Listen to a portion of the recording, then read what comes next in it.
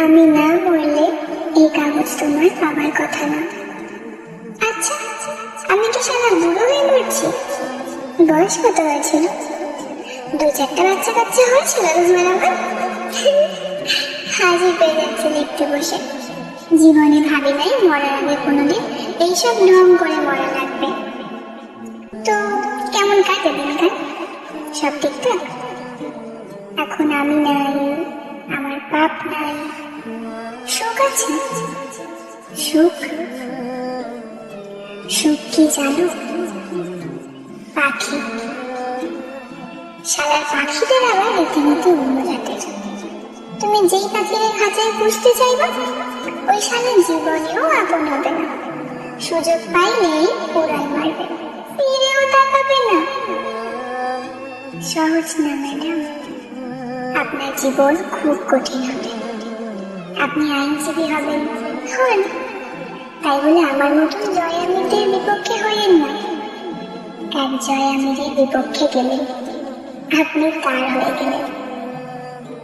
আবার কোন শালার বিপক্ষে যাবেন সেই শালায়? না, বিপক্ষে গিয়ে একবার দেখলেন তো কি হয় এই পথে। আপনি পথিক ভালো, কিন্তু আপনার পথ না। এই দুনিয়া আপনার নীতিবোধ কেড়ে নিয়ে আপনাকে পরি থেকে শয়তান বানাতে সর্বদা সচেষ্ট। হাইবেরেন্ট বলেছিল, You either die a hero or live long enough to see yourself become the villain. হয় তুমি নায়ক হিসেবে মৃত্যুবরণ করো, নয়তো বেঁচে থাকো নিজেকে একসময় খলনায়ক হয়ে যেতে দেখার জন্য। হ্যাঁ, আমি মরলাম না, বেঁচে রইলাম। সেদিন মরলে কি হতো জানো? সর্বহারা এক ত্যাগী নায়ক, নিষ্পাপ জয়ামি হিসেবে মরে যেতাম। কিন্তু বেঁচে থাকতে গিয়ে আমি নিজেকে তোমার মতো নীতিবানদের চোখে ঘৃণিত এক পাপিষ্ঠ হয়ে যেতে দেখলাম। কিন্তু আমি থামালাম না নিজেকে। আমার মন চাইল না, কারণ আমি ততদিনে শিখে গেছি মানুষেরা বাঁচে না। বেঁচে থাকতে হলে অমানুষ হতে হবে। যে রাজনীতির দায় আমি বাপ হারাইছি, মানে নষ্ট হয়ে মরতে দেখছি, দাদার মাথা গলা থেকে আলাদা দেখে চাচার কোলে নিজের পরিচয় ধুয়ে বাড়ি হয়ে আসছি পথে, সেই পথে খালি খিদে, নিজের পেটে খিদে, পথের খিদে, পথের পথিকদের খিদে। এই পথে রোজ আমার মতো জয়ামিরা পয়দা হয়, কিন্তু সালা দুনিয়ার কিচ্ছু যায় আসে না। রোজ খবরের পাতায় মানুষ আমার মতন জয়ামিদের সব হারানোর গল্প পড়ে। তারপর চশমাটা খুলে দুটো দীর্ঘশ্বাস ফেলে খবরের কাগজটা সরিয়ে রাখলেই শেষ। রাজনীতির খেলায় সব হারানো আমরা কিভাবে বাঁচব? খিদের জ্বালায় কোন পথে একমুঠো ভাত খেয়ে বেড়ে উঠব? কি শিক্ষা বাবা? তা সমাজে দেখার সময় হলো না। কিন্তু যখন কিছুকাল পর এই আমরা জয়ামির হয়ে সমাজের সামনে হুমকি হিসেবে দাঁড়াই, তারা তখন ভাবে এই অমানবিকেরা কারা? এদের নীতিজ্ঞান নেই কেন? মনুষ্যত্ব কোথায়? এদের জন্ম কিভাবে হলো? এরা এত ক্ষুধার্ত? ভালো শিক্ষা পায়নি দাদা? তুমিও হবে, হয়েছ খানিকটা, আরো হবে। তুমি আর নীতিবান নেই, তোমার ভিতরে নমনীয়তা ফুরিয়ে আসছে। তুমি একসময় ক্ষমা করতে ভুলে যাবে। তুমি শিখে যাবে বাঁচতে হলে কঠোর হতে হয়, স্বার্থপর আর ক্ষমতা পরায়ণ হতে হয়, মাফ করতে ভুলে যেতে হয়। বুকের সব হারানোর ব্যথা দমিয়ে রেখে বেশিক্ষণ অহিংসার গুলি ছাড়া খুব কঠিন দুনিয়ার। চট করে নীতির সূত্র ছিঁড়ে প্রতিশোধের আগুন দাও দাও করে জ্বলে ওঠে। তখন মানুষ আর মানবিক থাকে না, জয়ামি হয়ে যায়। তুমিও ধীরে ধীরে জয়ামি হয়ে যেতে পারো। মানুষ তখন তোমার নিষ্ঠুরতায় ভয় পাবে, রেগে যাবে মনে মনে। মানুষ ব্যথা পেতে পেতে যেদিন ব্যথা সওয়ার ক্ষমতা লাভ করে, সেদিন থেকেই সে মানুষের ব্যথা অনুভব করার ক্ষমতা হারায়। যা নীতিবানদের চোখে অমানবিকতা। শোনো জুনিয়র, তুমি ভাবো তুমি অন্যায় দেখে অন্যায় শুয়েও সৎ থাকতে পারবে। তুমি ভুল। দুনিয়া ভালো না। আমার অভিজ্ঞতা বেশি। একটা যুক্তিহীন সত্যি শোনো, সৎপথ মানুষকে অসৎ বানায়। সৎ থেকে তুমি শুধু হারাবে। তাতে তুমি সততার উপর বিশ্বাস হারাবে, দ্বিধায় পড়বে। তারপর তুমি সৎ অসতের পার্থক্য ভুলে যাবে। কারণ ওই যে বললাম, বুকের হাহাকার নীতির চাইতে বেশি শক্তিশালী। মানুষের বিবেক ধ্বংস করতে ওর একবার নড়ে ওঠাই যথেষ্ট। নিজের ভাগ্য নিজেকে লিখতে হয়, আর তারপর সেই ভাগ্য লেখক ছোটে মানুষের ভাগ্য নষ্ট করে। এটা নীতি। এসব আমার নীতি, তোমার সাথে মিলবে না বোধহয়। আমাদের বড় ঘরে এক বিপ্লবী আছে, তোমার তার সাথে দেখা হবে না। তার সাথে মিলে নাই। সে আমার মতো খলনায়ক হয় নাই, সে বিপ্লবী হয়েছে। তুমিও হয়তো সেই পথেই যাবে, কারণ তোমার এক পর্যায়ে বাধ্য হয়ে অন্ধকারকে গ্রহণ করেছ। আমি অন্ধকারে জন্মেছি, আমি অন্ধকারে গড়ে উঠেছি। এক পাশের পৃষ্ঠা শেষ। এবার আরো ছোট ছোট করে লেখা লাগবে। কতদিন পর এতখানি বাংলা লিখলাম, হাত কাঁপতেছে, বাতাসের পৃষ্ঠা উঠতেছে খুব। আরো সমস্যা। আমি এখন কোথায় জানো? 21 তলার ছাদের উপর পা ঝোলায় বসে আছি, খাতা কোণের উপর, মোবাইল গালে ধরে ফ্ল্যাশ অন করে লিখতেছি। বিল্ডিংটা পলাশের চাচা। ওই ভেড়া সুগারের মার্সি আধ ঘন্টা খানিক হবে। জানটা দিল একটা ভুল ভালো আবদারে। তোমাকে সেবার দেখলাম ভার্সিটির মাঠে, অন্তিকের বোন, এবার জুনিয়র এক চেঙ্গি। শালি আমার পাত্তাই দিল না। হামজা ভাইরে বলি নাই, ছোট্ট এক জুনিয়র মেয়ে আমার সাথে এত বড় দুঃসাহস দেখায় চলে গেল। তা কাউকে বলা যায় না। যা কাউকে বলা যায় না, তা ক্ষুধার হয়ে মন খুঁজতে থাকে, বুঝলে? আমি সেই রাতে 2.5 বোতল মাল এক চুমুকে শেষ করে একেবারে বের হয়েছি। এরপর রাতে স্বপ্নে দেখলাম তোমার সাথে ঘুরতে গেছি এক মরুভূমিতে। এত মাল খেয়ে ঘুমাইছি, তাও সারা স্বপ্নে মরার পিপাসা পাই। তুমি গেছো পানি খুঁজতে, কিন্তু পানি খাওয়ার আগেই একদম যাও, আর তোমার খোঁজ নাই। তুমি ধুলি ঝরে তছনছ। আমি পিপাসা নিয়ে ঘুম থেকে জেগে উঠলাম। ফজরের আজান হচ্ছে তখন। জ্বর আসলো সেদিন সকালে আমার। এক সাক্ষাতে এরকম মারাত্মক স্বপ্ন যে চিংড়িদের নিয়ে দেখা যায়, তার পিছু ছাড়া যায় না। কিন্তু বিশ্বাস করো জুনিয়র, আমার কোনো প্ল্যান ছিল না তোমাদের বিয়ে করার। প্রশ্নই ওঠে না।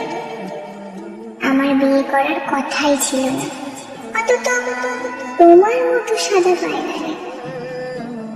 করলে তরুণে করা লাগতো মনে হয়, হামজা ভাইয়ের ইচ্ছা। তোমার জন্য জয় আমিন। জয় আমিনদের জন্য কখনোই তোমাদেরকে বানানো হয় না, সব অপরিকল্পনায় হয়ে গেছে। কসম, আমি বিশ্বাসই করি নাই আমিনকে আমি বিয়ে করছি। এই জন্য নিজেরা বানাইতে 2-3 দিন তোমার বাপের বাড়িতে তোমারে দেখতেও গেছিলাম, সত্যি এই ধরনের ঘটনা ঘটে গেছে কিনা। তো যা বলার জন্য এবার লিখতে বসা। অপরিকল্পিত ভাবে যে অঘটন ঘটে গেল, তার আবার একটা শর্ত বাকি রয়ে গেছে। তোমার আমার বিয়ে ইসলাম মতে হয়েছে। ওইখানে দিনমোহরের কথা উঠছিল। আমি জানতাম সারা সময় এটা দেওয়া লাগে, কিন্তু কাজী শালা বলল এটা তোমার হক, আদায় করে দিলাম। তোমার দেনমোহর শোধ। তো এখন কি আমার সব ছোঁয়া ভুলে যাবে? মানুষ কিছু দিয়ে মূল্য না পাইলে তা আজীবন মনে রাখে। মূল্য পরিশোধ হইলে দিনা পাওনা শেষ, সাথে স্মৃতিও।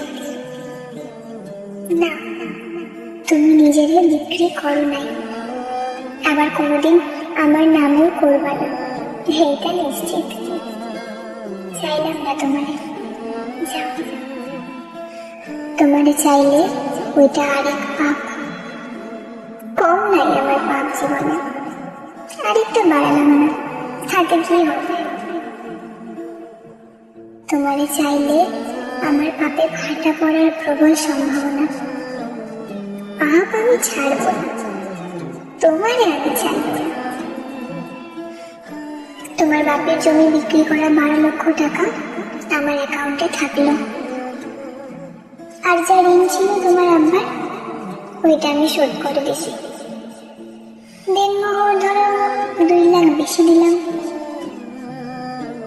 আমার জানা নাই নির্ধারিত অ্যামাউন্টের বেশি দিলে সমস্যা আছে নাকি, থাকলে থাকলো। স্বামী হিসেবে কিছু দিলে সমস্যা থাকার কথা না। না, স্বামী না, আসামি। লেখা কাটলে সৌন্দর্য নষ্ট হয়, তাই কাটবো না। তুমি স্বামী না পড়ে আসামি পড়বে। শোনো, যে টাকা জমা থাকলো ওইটা যদি আমার দেওয়া দেনমোহর হিসেবে খরচ নাও করো, তো তোমার বাপের জমি বেচা টাকা হিসেবে খরচা করো। মনে করবা আমি তাই নাই, তোমার বাপ দেশে। টাকা ছাড়া এক পাও চলতে পারবে না। উকিল হবার জন্য ভালো রকম টাকা লাগবে। ঘটনা হইল আপনার মতো উকিল খুব দরকার ম্যাডাম। তাইলে হয়তো আমার মতো জয়া মেয়েরা মায়ের লাশ দেখিয়ে আপনার কাছে অপরাধীর শাস্তি আশা করতে পারবে। অপরাধীকে ফাঁসিতে ঝুলতে দেখে তাদের আগুন নিভবে। আমার মতো পাপে তৈরি হতে হবে না আরেকটা। কিন্তু ঘটনা হলো উকিল হিসেবে সবাই আপনাকে দেখবে, আমি বাদে। এটা অবশ্য ভালো, আমার মতো আইন বিদ্বেষে পাপির ঘরবাড়ি আইনজীবী বিষয়টা বেমানান। আপনি যখন উকিল হবেন ততদিন আমি থাকবো না বোধহয়। আমি আর বাঁচবো না বেশি দিন, খুব অল্প সময় আছে। এই দিনগুলোতে আমি মাত্রহীন পাপ করব, তোমার ঘৃণা আরো বাড়বে। তারপর যদি বেশ কিছুদিন বেঁচে থাকি তো ক্যান্সারে মরবো, না হলে মরে কি? আমি মরার পর আমি এদের একটা উত্তরাধিকারী দরকার। তাই মরার আগে জিন্নাকে খুঁজে বের করার কাজটা বাকি। আর ওকে খুঁজতেই খুব ভয়াবহ কিছু পাপ করা লাগবে আমার। এরপর শেষ। পাপ থামাতে হলে পাপিকে মরে যেতে হবে। এমনিতেও রক্তের অবস্থা খারাপ, ব্লাড সেলের পেছনে মারা গেছে, বোনেরও ড্যামেজ। বেদম মার খাওয়ার পর কোনোবার ঠিক মতো চিকিৎসা করা হয় না। ক্যান্সার না হইলে আমি অলৌকিক মানুষ হয়ে যাইতাম। মেলা সমস্যা শরীরে, এখনো মাংসের ভেতর কামড়াচ্ছে। শরীর ভালো না, জ্বর আসবে মনে হয়। জীবনে ভালো আমি হইতে পারতাম, হইলাম না কেন জানা নাই। আমি পরিবারে বড় বাবা ছাড়া কেউ আমার মতন ছিল না। সবচাইতে বড় দ্বন্দ্ব কোথায় লাগছে জানো? আমি পাপ করতে না চাইলে দুনিয়া ছাড়তে হবে, আর বেঁচে থাকলে আমি পাপ ছাড়বো না। আমার কাছে পাপের কারণ নাই, কিন্তু খুন আবার মদের মতন। প্রথমবার জোশে এক ঢোক কিনলে পরের বার নেশায় এক বোতল লাগে। এরপর হাতের বাঁধন ছুটে গেলে আর বিবেক কাজ করে না। আর আমি তো রক্তে অভ্যস্ত খুব ছোটবেলায়। আমার কাছে পাপ পাপ না, আমি পাপ পুণ্য বুঝি না। তো ঘেন্না টেন্না করো তো এখন নাকি? বেশি করার দরকার নেই, আমারই করতে লাগবে। তবে শেষ হওয়া যাবে না কিন্তু, ওইটুকুই আমার। আর কিছু নাই তোমার কাছে আমাকে দেওয়ার মতন। তুমি নিজেই কালা, কিচ্ছু নাই আমার জন্য তোমার কাছে। তোমার ওই ঘৃণাটুকু আমার থাকলে ক্ষতি নাই। আমি নিজেই জীবনে আমার থেকে পরিবার কেড়ে নেওয়া আসামিদের ক্ষমা করি না, তুমিও করো না।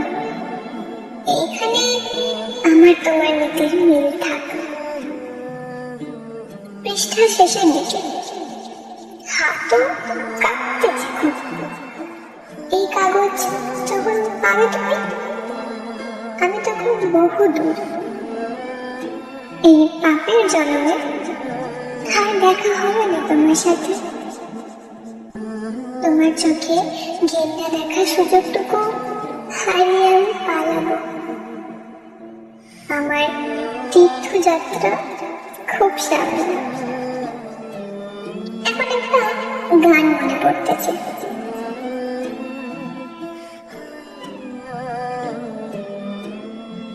আমি মরে গেলে জানি তুমি কাঁদবে না, ওখানে শেষ করে দিও।